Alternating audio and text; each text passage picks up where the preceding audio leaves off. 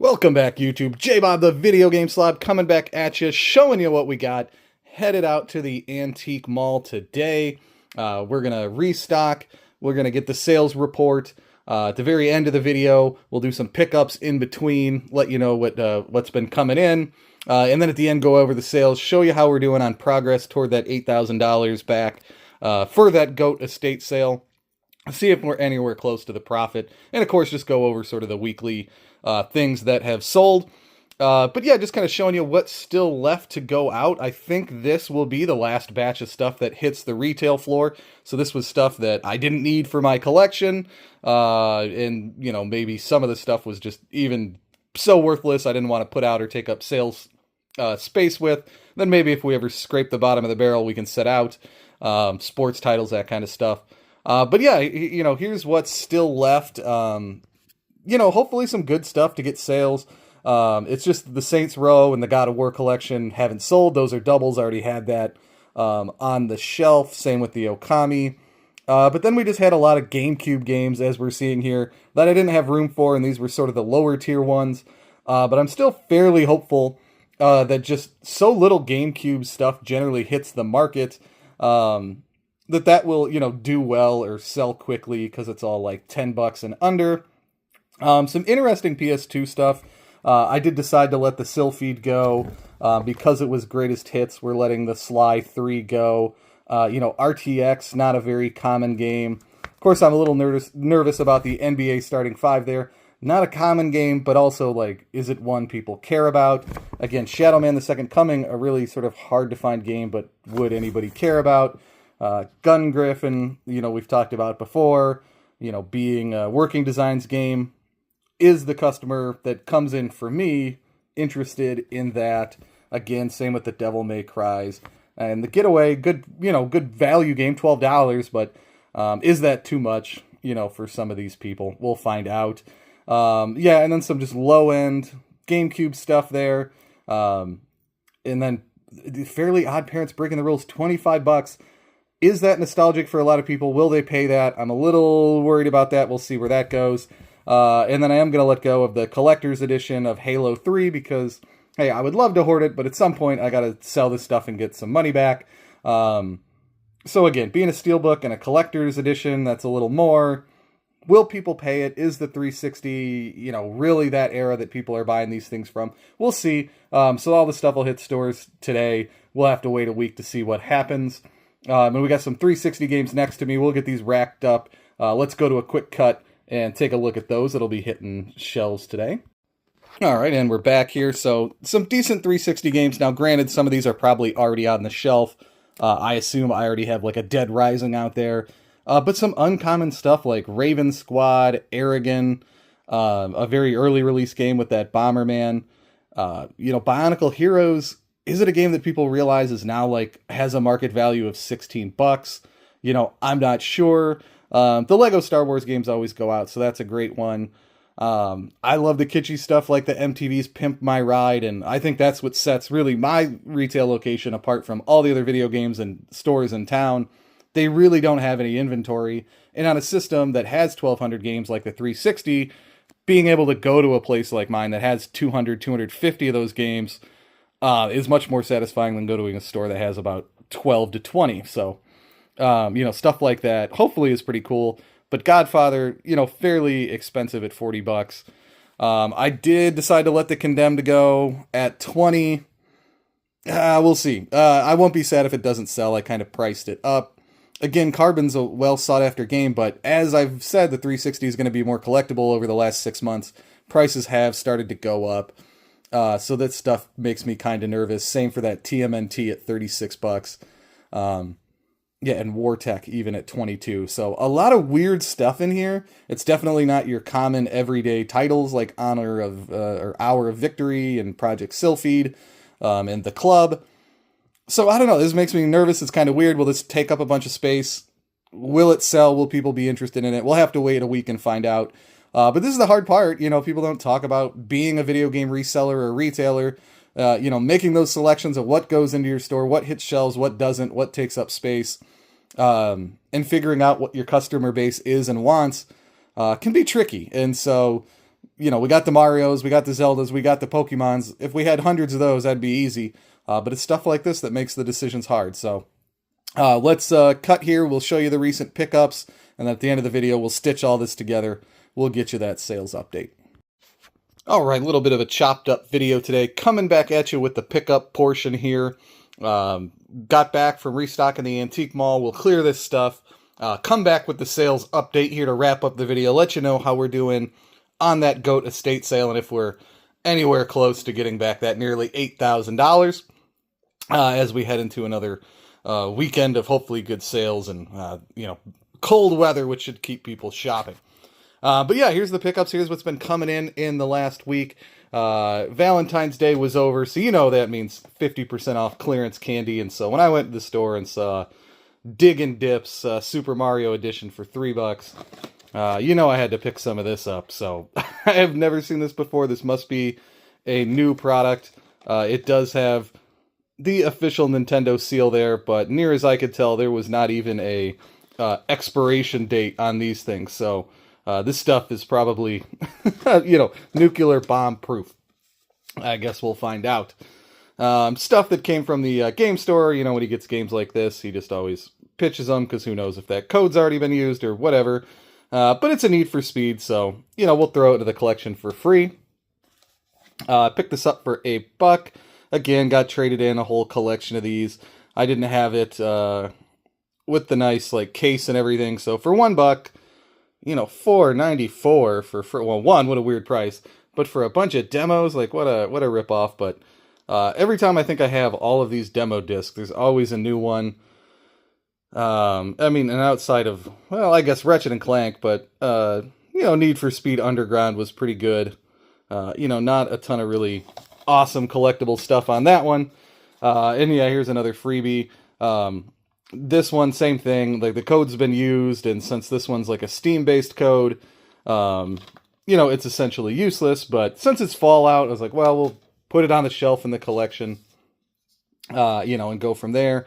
Again, every now and then he'll get this stuff, he throws them out, there's no use for him. I doubt there's any real collectability on these, but I always like to stack them up for cool games. Jak and Daxter, the precursor Legacy, with the Hollywood video and game crazy stuff. You know, again, it's super thin. I just throw it in with the rest of the manuals and stuff. But I don't know, maybe someday we'll stack them all together, pull all that kind of stuff out, and I don't know, just enjoy that moment in time that was going to a movie rental store and getting a video game. And so I was really stoked because, as you know, if you've been following this channel, I've been picking up the Blue Dragon series on DVD, and 1, 2, and 3 came out in America, but I wasn't aware that 4 was. And this was like $11 shipped or something like that, but it was one of those like media outlets where they probably just take free donations and sell everything bargain basement cheap. And so it was a stock photo. Of course, the stock photo did not have that logo, and so as soon as I saw it, I flipped it over when I got home and realized it was Region 2, and so it does not play for me here in America.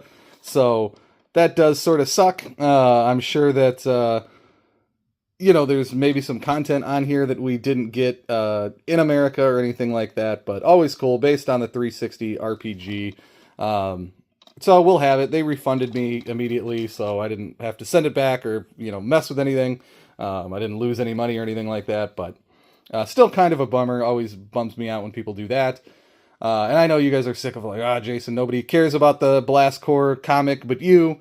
So I bid 99 cents for this comic, and it was $5.40 shipping. And this is what I paid the $5.40 for.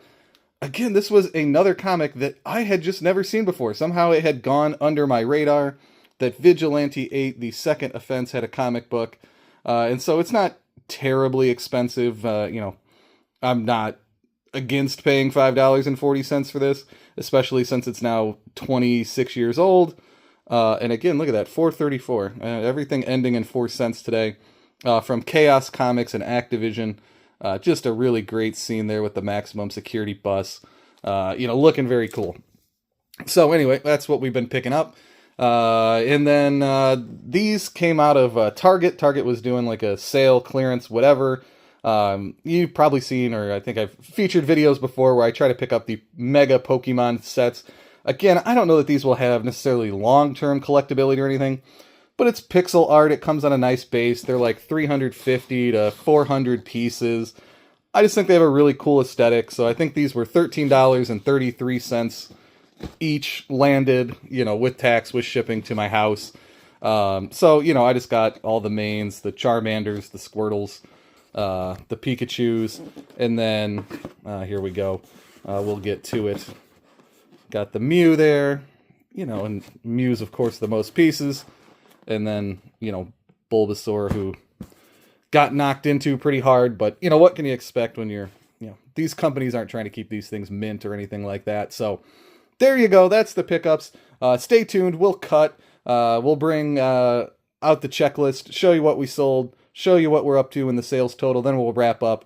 Thanks for watching. Make sure you go back, check out all those series of the G.O.A.T estate sales, see what we picked up, and keep following the saga. Thank you.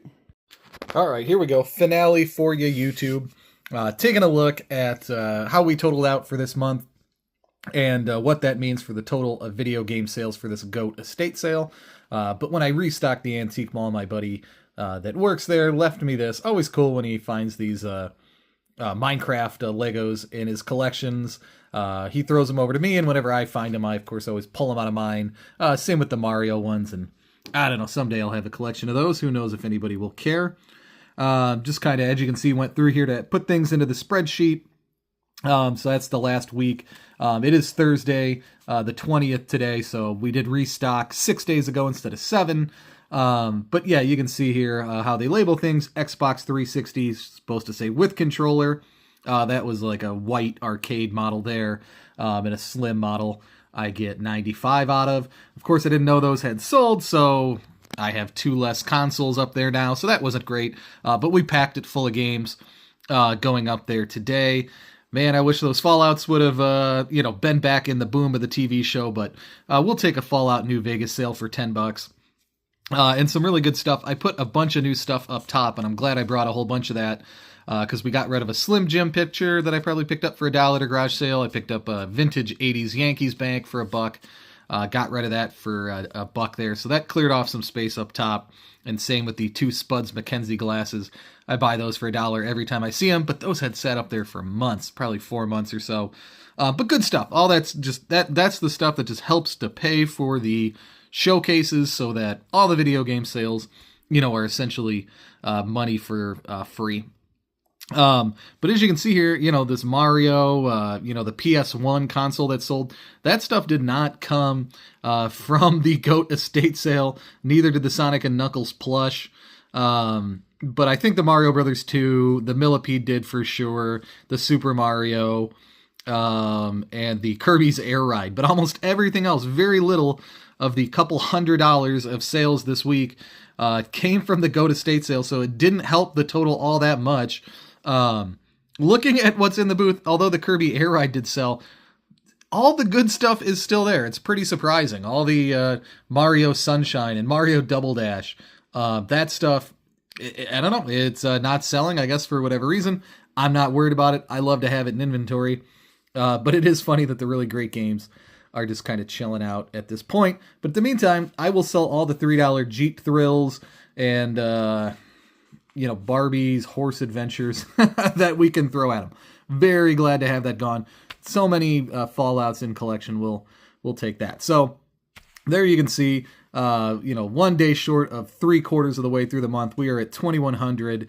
If you do the math on that, little over, $710 a week. That would put us on track for a $2,800 month. I'm going to take that. That is a huge win for a February. We're already over 2,000. Very excited about that. Very strong sales, and very strong sales despite the new really good inventory. So yeah, very happy about that. But where does that put us with the online sales and the marketplace sales for things? $3,523.83. Not even halfway back yet, and it's basically almost been a month since that sale. Now I have a ton of work to do to keep listing things. There is a ton of inventory. Now the full inventory is up at the Antique Mall, so plenty of that to sell through.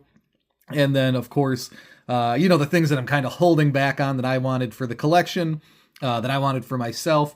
If it gets close to the wire and it means the difference between, a positive ROI and a flat or negative one, maybe we'll have to let some of those things go. But I would say good work. I had 4 items to ship today. What's been crazy, and just like this stuff, as you add a bunch of new video games, you sell a bunch of old inventory.